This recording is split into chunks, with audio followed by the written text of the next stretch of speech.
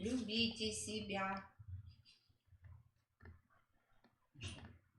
Да. Все, я пойду там посмотрю. Если что, все нормально, не переживайте. Саша у нас мультик. Здравствуйте, уважаемые коллеги, родители, бабушки и дедушки особых детей.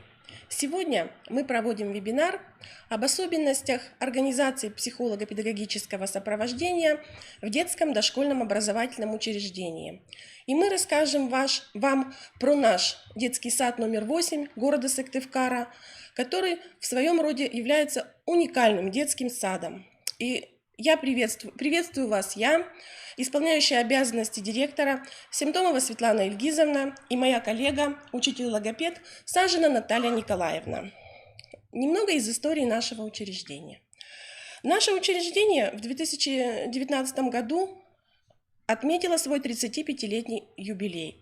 Учреждение было открыто в 1984 году в тогда еще новом районе Орбита.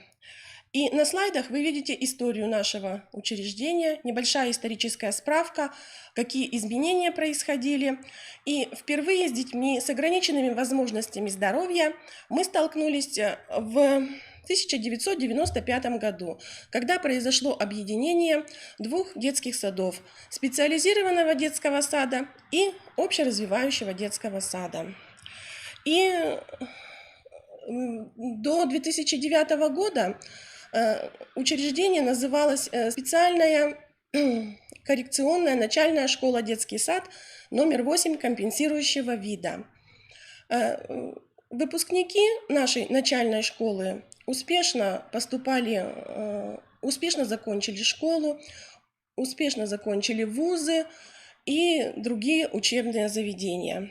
С 2009 года, когда школа в нашем детском школа-сад прекратила свое существование, в детский сад стали набираться группы не только детей с нарушением опорно-двигательного аппарата, но и с другой нозологией.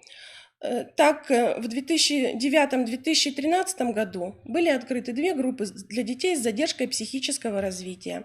В 2013 году была открыта группа для детей со сложным дефектом. Теперь такая группа называется группа с тяжелыми множественными нарушениями развития. В 2014 году открылась уникальная группа, единственная в нашей республике в то время, это группа для детей с расстройствами аутистического спектра. И в 2017 году у нас открылась группа для детей с тяжелыми нарушениями речи. Видовое разнообразие групп вы видите на слайде. Здесь же указаны программы, по которым работают эти группы. Хочу обратить внимание, что группы для детей с тяжелыми множественными нарушениями развития и группы для детей с РАС работают по адаптированным образовательным программам, которые разработаны для каждого ребенка.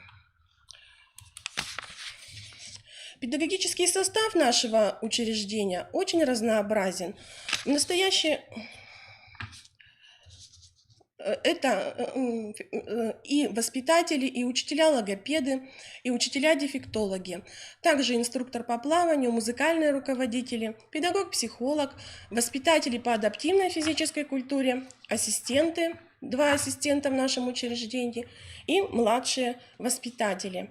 Очень тесно сотрудничает с нами медицинский блок нашего учреждения.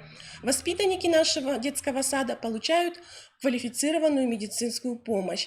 Это квалифицированная помощь врача-ортопеда, врача-невролога, врача-педиатра. Также работает у нас медицинская сестра массажа и медицинская сестра физио. Исходя из этих названий, вы, наверное, уже догадались, что дети у нас получают и массаж, и физиопроцедуры, и очень большое внимание у нас уделяется созданию безбарьерной среды. Безбарьерная среда – фактор повышения качества образования детей с особыми образовательными потребностями. В 2017 году наше учреждение вошло в государственную программу «Доступная среда», благодаря которой были созданы условия для воспитания, обучения и лечения детей нашего учреждения. Были построены пандусы, расширены входы в здание детского сада, оборудованы санитарно-гигиенические помещения для инвалидов-колясочников, приобретен подъемник,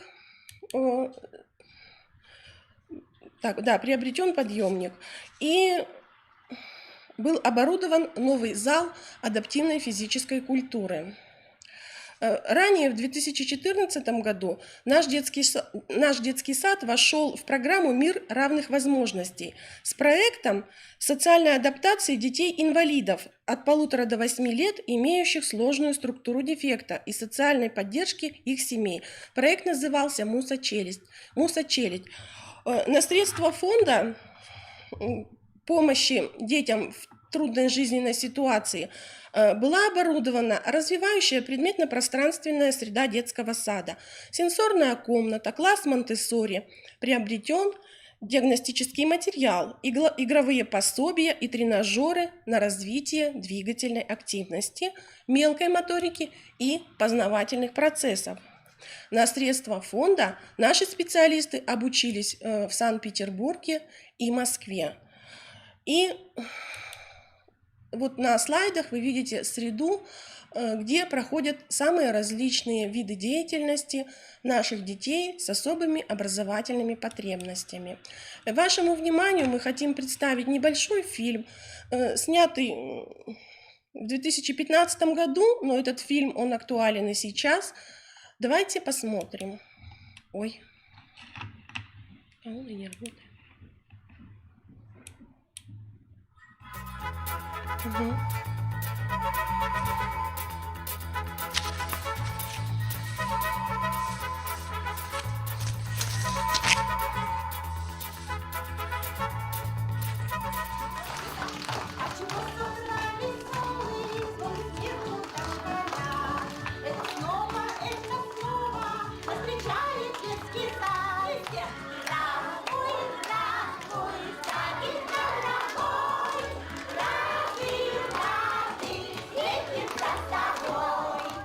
Светлая, беззаботная пора детства. Оно бесценно, как, впрочем, бесценен и труд людей, для которых любовь к детям не просто профессиональное качество, но и состояние души и веление сердца. Именно такие педагоги, воспитатели, логопеды, психологи, медики от Бога трудятся в детском саду номер 8 города Сыктывкара. Наш детский сад – это очень замечательное учреждение для детей дошкольного возраста. К нам приходят детки, у которых есть проблемы как с физическим здоровьем, так и с психическим здоровьем, эмоциональным здоровьем.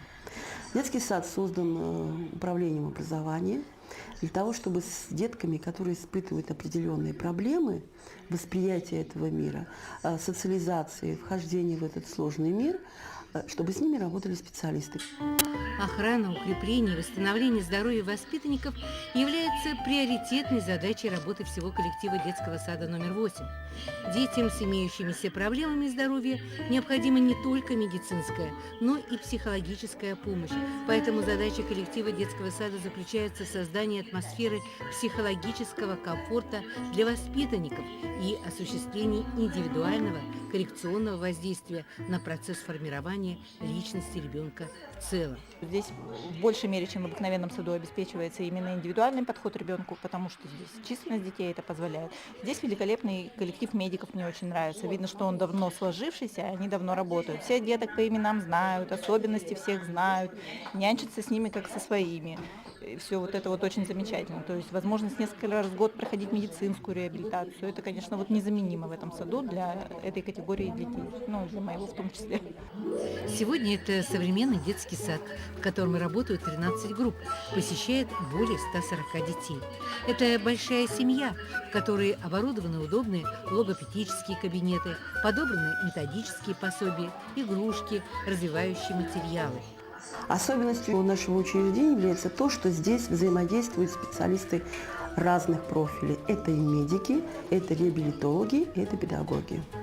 То есть, если мы хотим получить достаточно хороший результат в развитии детей, то усилия вот этих всех специалистов должны быть направлены на каждого ребенка в отдельности.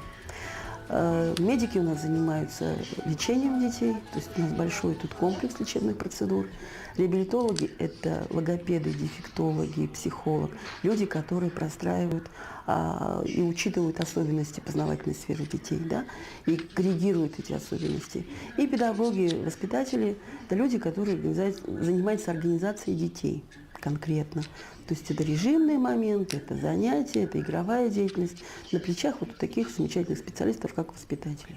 Это у нас на что похоже? На печеньки. На печеньки, еще на что? На букву О. На букву О, еще на что? На сушки. Замечательно. Это сушки. Вот так. Воспитатели этого детского сада отличаются особой внимательностью и заботой о своих воспитанниках. Ведь не так просто объединить ребят в коллектив. Здесь создается доброжелательная обстановка, укрепляющая веру ребенка в собственные возможности. Работать в этом саду – огромная ответственность. Здесь считают, чтобы быть хорошим педагогом, воспитателем, логопедом, надо очень любить детей, иметь большое сердце. И они достойно удерживают свою популярность, признание и уважение среди родителей своих воспитанников. Наши воспитатели – это люди, которые непосредственно работают с детьми, глаза в глаза детям, да, каждую минуту они помогают детям. Это люди, которые умеют принимать ситуацию. Это люди, которые умеют взаимодействовать как специалисты, как педагоги. Потому что, когда работаешь с такими детками, нужно работать в команде, должна быть команда. Первое – принять ребенка, не жалеть. Это должно быть не главное. А понять, что от его усилий, от его действий профессиональных зависит будущее ребенка. Умение договориться с коллегой, решить проблемы коллегиально вместе, да? И еще самое, наверное, главное, самое трудное – это войти в хорошие взаимоотношения, в хорошую доброжелательную взаимосвязь с родителями. Для организации коррекционной и лечебно-реабилитационной работы в детском саду номер 8 создана хорошая материальная база. Музыкальный и физкультурный зал, изо-студия, зал ЛФК, бассейн, массажный кабинет, физиотерапевтические кабинеты. Детский сад является ресурсным центром по направлению коррекционное развитие. Наша задача так подготовить организм ребенка, чтобы он начал отвечать на все потребности ребенка. Если у ребенка проблемы с моторикой, то вот наши сестры массажа через массаж, через воздействие на мускулатуру ребенка начинают коррегировать его. Мы можем гордиться тем, что есть такие детки, которых мы поставили на ноги. То есть эти дети приходили к нам без навыков хождения уже 2-3 года, да? А наши девочки, массажисты, ставили их на ноги. Весь процесс лечебный идет под контролем наших врачей. Сильно ударили. Маленькие дети часто находятся в плену эмоций, поскольку еще не могут управлять своими чувствами.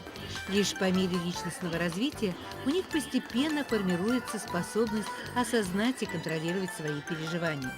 Особое место в оздоровительной работе уделяется физкультурным занятиям.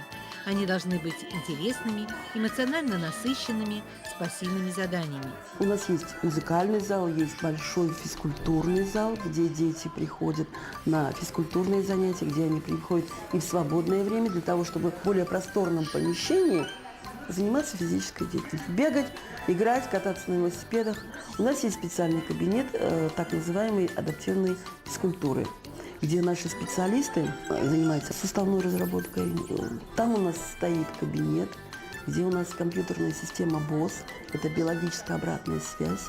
И посредством компьютерной программы мы укрепляем здоровье детей. Там идет развитие дыхательной системы, укрепление вообще в общем здоровье, укрепление иммунной системы ребенка. С детьми, имеющими особенности психофизического развития, занимаются специалисты. В их группе 5-6 детей. Однако основная форма работы – индивидуальные занятия. Здесь ребенок знакомится с окружающим миром, развивает свой кругозор, познавательные интересы. Все это помогает детям чувствовать себя защищенным. Наши компьютерные гении логопеды, которые занимаются не просто технологией постановки и коррекции речи, они еще используют в своей работе также точно компьютерные технологии. Наши специалисты достаточно имеют высокую квалификацию и используют очень много разных современных технологий. Эти специалисты выбрали непростую работу, которая проходит через сердца ребят и требует огромных душевных сил, мудрости и безграничной любви к детям. Логопеды, дефектологи, которые работают на таких сложных группах, как группа для детей со сложным дефектом, группа для детей с ранним детским аутизмом. Сейчас новые технологии внедряют, это технология круг. Когда на занятии присутствуют родители, ребенок, специалисты, то есть логопед, дефектолог, музыкальный руководитель. И это занятие идет порядка часа. И там дети, выполняя разные задания, вместе с мамой, вместе с папой, получают достаточно серьезные образовательные навыки. В этом саду работает и психолог, который организует специальные занятия, тренинги по развитию памяти, внимания, мышления, воли. Здесь детей обучают управлять своим поведением, сглаживать отрицательные проявления. Бассейн – это самое любимое у детей место пребывания, потому что когда у нас малыши двухлетние начинают ходить в бассейн, они начинают с удовольствием ходить в детский сад. Потому что они ждут бассейна, детки вообще любят воду. А когда есть такая возможность побыть в бассейне, там, позаниматься, поиграть, то это вообще здорово. Бассейн у нас является не дополнительной услугой, а это третье физкультурное занятие. Там дети занимаются с инструктором по плаванию. У нас не стоит задача обучить детей плавать. У нас стоит задача научить детей свободно чувствовать себя в воде. Но практически в подготовительной группе, в школе, все дети умеют плавать. И нам бывает приятно услышать от родителей, когда они говорят, что, вы знаете, вот мы были нынче на море, и удивительно для нас было то, что ребенок плавает свободно. По всем направлениям развития личности здесь проводят традиционные мероприятия, используя современные подходы в их подготовке и проведении, где дети раскрываются, получают заряд положительных эмоций. Самая главная задача наша, как педагогов, научить детей хотеть что-то делать. Потому что недуг такой, когда ребенок страдает этим недугом, он очень мало чего хочет. Потому что он понимает, что у него мало что получается. Когда мы начинали работать, наш преподаватель ИЗО, Галина Геннадьевна, она плакала, она говорила, чему я их могу научить? И когда она сегодня показывает замечательные результаты, рисунки детей принимают участие в конкурсах всех уровней, и города, и республики, и российский уровень. И когда действительно наши дети рисуют замечательно и хорошо, то это показатель того, что мы идем правильной дорогой. Цель деятельности детского сада номер 8 самая благородная – воспитание благополучного человека, способного видеть, чувствовать, понимать окружающий мир. Коллектив детского сада находится в постоянном поиске эффективных разработок, сберегающих и сохраняющих здоровье. Мы внедряем новую технологию, это лекотека. Это специальная такая организация образовательного процесса для детей, которые на сегодняшний день пока не могут посещать детский сад по ряду причин. Но они к нам приходят 1 или 2 раза в неделю и работают со специалистами. За достигнутые успехи в воспитании и социализации детей с ограниченными возможностями здоровья коллектив детского сада номер 8 имеет множество грамот и дипломов за участие воспитанников в культурно-массовых и спортивных мероприятиях городского, республиканского и всероссийского уровня. Нам все нравится. Тут есть и бассейн есть. Детки обожают бассейн, вы сами знаете, и взрослые обожают. ЛФК есть, то есть наши ножки, ручки, позвоночники, да? Которые всех деток страдают северно. Да, а тут у нас особенные детки, что более необходимо. Группы не многочисленные, это тоже большой плюс, потому что каждому внимание уделяется особое, то есть каждому индивидуальный подход, каждому помогут шнурочки застегнуть, по лесенкам спуститься, это тоже большой плюс, огромный плюс. Сама директор Ольга Викторовна Юркова всю свою жизнь отдала работе с детьми. Не случайно она награждена почетной грамотой Министерства образования Российской Федерации и знаком за безупречную службу Республики Коми. Мне бы хотелось обратиться ко всем мамам, которые имеют очень маленьких детей. Дорогие мои, если вы видите, что у вашего ребенка что-то не получается, если он не показывает норму своего развития, очень быстро нужно обращаться к специалистам и решать эту проблему. Не нужно ждать, что вот пройдет какое-то время, и у ребенка все наладится. Чем раньше мы начнем помогать ребенку, тем счастливее будет его детство. А у вас, как у мам, будет счастливое материнство.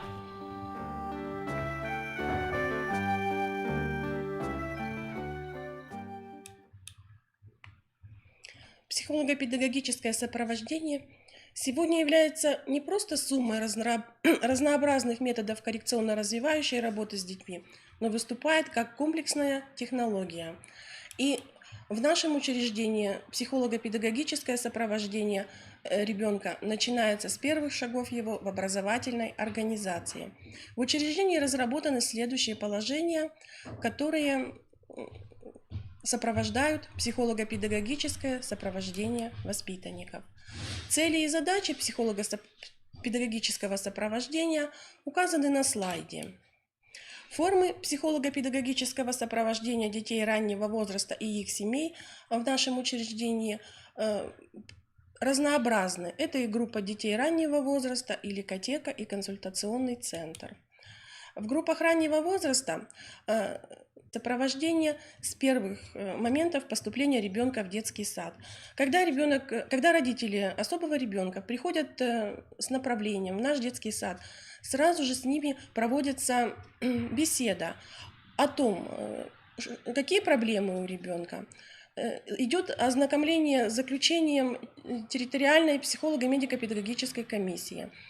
И определяется вид группы, в какую поступает ребенок. Когда перед приходом ребенка в детский сад также проводятся родительские собрания с детьми, на которых тоже обговариваются нюансы пребывания детей в детском саду, особенности. Одной из особенностей поступления детей в наш детский сад является то, что в первый день посещения ребенком группы мама находится вместе с ребенком в течение 2 часов в группе. В это время она знакомится с группой, со всеми уголками группы, видит, где дети кушают, где они спят. И когда на второй день она приводит ребенка в группу, она уже спокойна. Она знает, что можно ожидать и как проходит образовательный процесс в группе. Далее у ребенка наступает адаптация. В процессе адаптации за ребенком наблюдает педагог-психолог и воспитатели. По окончании адаптации, если в заключении ТПМПК рекомендованы занятия со специалистами, учителем-логопедом, учителем-дефектологом, данные специалисты выходят на обследование ребенка. Когда завершено обследование, собирается психолого-педагогический консилиум. И там уже планируются виды работ, виды коррекционной помощи, которые оказываются данному ребенку. По решению консилиума уже разрабатываются либо индивидуальные учебные планы, либо индивидуальные программы, либо адаптированные образовательные программы на воспитанников. Через полгода также точно специалисты проводят обследование ребенка и смотрят, насколько зона ближайшего развития превратилась в зону актуального развития. Смотрят то, чему научился ребенок, какие проблемы остались. И уже простраивается дальнейший образовательный маршрут ребенка. Психолого-педагогическое сопровождение у нас в учреждении выстроено с помощью психолого-педагогического консилиума. Особенностью работы психолого-педагогического консилиума, особенностью работы является то, что консилиум наш работает в течение всего учебного года. В любое время родители могут обратиться со своими проблемами в консилиум, озвучить эти проблемы, консилиум собирается и решает проблему. Также могут обратиться воспитатели, специалисты, когда видят, что не получается коррекционная работа, что ребенок не справляется, что ему трудно. И тогда тоже собирается консилиум и тоже решаются проблемы данного ребенка. И как первой ступенькой психолого-педагогического сопровождения в нашем учреждении является консультационный центр. И про консультационный центр и занятия в ликотеке я передаю слово моей коллеге Наталье Николаевне. Она расскажет об этом виде работ. Консультационный центр на базе нашего учреждения начал свою работу с 2016 года и проводит свою деятельность для родителей, которые имеют детей с ограниченными возможностями здоровья и детей-инвалидов в возрасте от 1 года до 8 лет. Дети, как правило, есть, которые не посещают детский сад, и есть дети, которые посещают детский сад. Они все могут прийти на консультационный центр в наше учреждение. Целью нашей деятельности центра является обеспечение права ребенка с ограниченными возможностями здоровья и ребенка-инвалида на получение образования посредством оказания методической, психолого-педагогической, диагностической, квалифицированной, коррекционной и консультативной помощи родителям и законным представителям. В консультационном центре работают такие специалисты, как учителя-логопеды, дефектологи, педагог-психолог, музыкальный руководитель, инструктора по адаптивной физкультуре. Все они работают по разным направлениям. Они проводят такие виды деятельности, как диагностика уровня развития детей по запросам родителей. То есть дефектолог проводит свою работу, логопеды свою, психолог свою. Далее происходит информирование родителей и законных представителей по результатам диагностики и наблюдений. Также проводится этими специалистами и консультирование родителей об особенностях развития ребенка с ограниченными возможностями здоровья, о направлениях работы с этим ребенком. Также проводятся индивидуальные коррекционно-развивающие занятия в присутствии родителей с этими детьми. Занятия проводятся по технологии круг, занятия по технологии ликотека. И также выполнение адаптированной образовательной программы индивидуальной в семье и в условиях консультационного центра. Также специалистами проводятся семинары, лекции, тренинги, также для родителей. Форма организации может быть разной, то есть может быть подгрупповой, индивидуальной, либо групповой. Выбор о форме работы принимают специалисты консультационного центра. Например, вот у нас сейчас проводится диагностика детей в присутствии нескольких специалистов. То есть присутствует психолог, дефектолог, логопед. Особенно это актуально с детьми раннего возраста и младшего возраста, потому что, во-первых, это и по времени очень удобно, и ребенку проще, чем его каждый специалист будет смотреть по отдельности. То есть эта диагностика проходит в комплексе. При организации групповой формы проведения занятия, такой как ликотека, обязательным условием является наличие справки о состоянии здоровья ребенка от участкового педиатра. Режим работы. Диагностические и коррекционные занятия, консультативная помощь родителям проводятся в течение учебного года с 1 сентября по 31 мая. Занятия в ликотеке проходят 2 раза в неделю по понедельникам и средам с 17:00 до 18:00. Развивающие игры в классе Монтессори детей от 6 месяцев до 3 лет по отдельному графику. Консультативный день у нас четверг с 4:30 до 6, но при этом, если есть потребность у родителей, то они могут записаться в удобное для них время, договорившись с специалистами.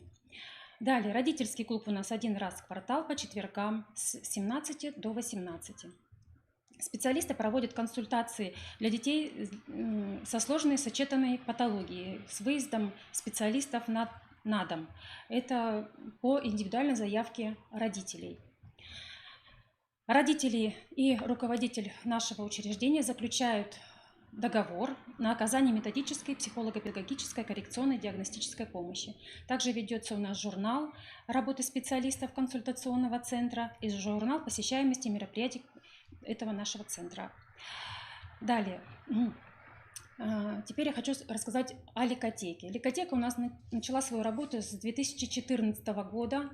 Это было наше ноу-хау, наш первый опыт взаимодействия специалистов, детей, родителей. Мы стали такими первооткрывателями. Ликотека образовалась еще до начала, до открытия консультационного центра, поэтому вот у нас такое, и правда, мы первооткрыватели были. Да, потому что консультационный центр был в 2016, а Ликотека в 2014. Да. В Ликотеку принимаются дети по заявлению родителей, либо законных представителей на основании заключения психолога медико-педагогической комиссии и справки о состоянии здоровья ребенка. Участники образовательного процесса – это специалисты, родители и дети. Цель – обеспечение психолого-педагогического сопровождения детей от 2 месяцев до 8 лет с нарушениями развития для социализации, формирования предпосылок учебной деятельности, поддержки развития личности детей и оказания психолого-педагогической помощи родителям, законным представителям в вопросах развития, охраны и укрепления здоровья. Далее. Наполняемость у нас была разная. В первый год у нас было 7 человек, и в пределах до 10 каждый год у нас проходили эти занятия.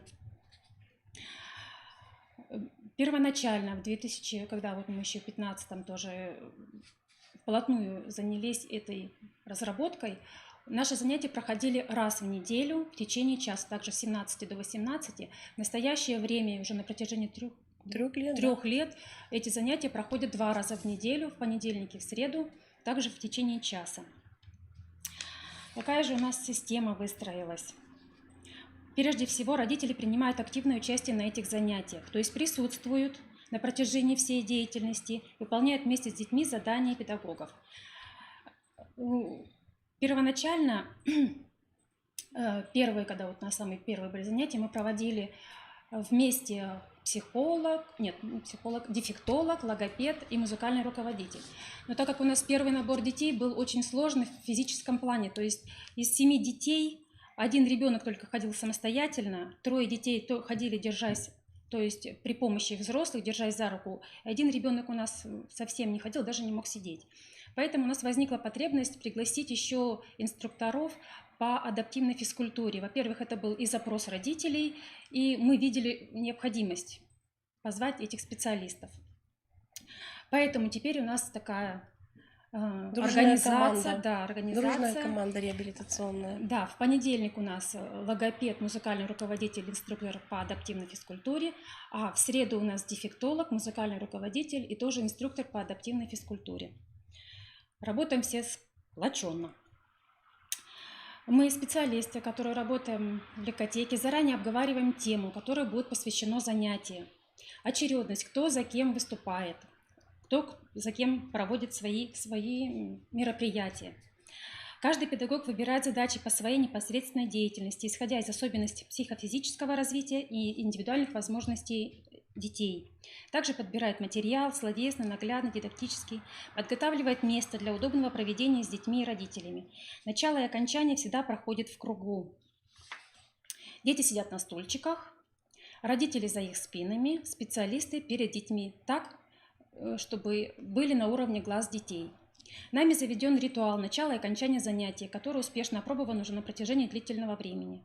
Музыкальный руководитель всегда начинает коррекционное занятие музыкальной песней «Здравствуйте, ладошки», которая организует, сплачивает, помогает настроить детей и родителей и собрать их в единое образовательное пространство.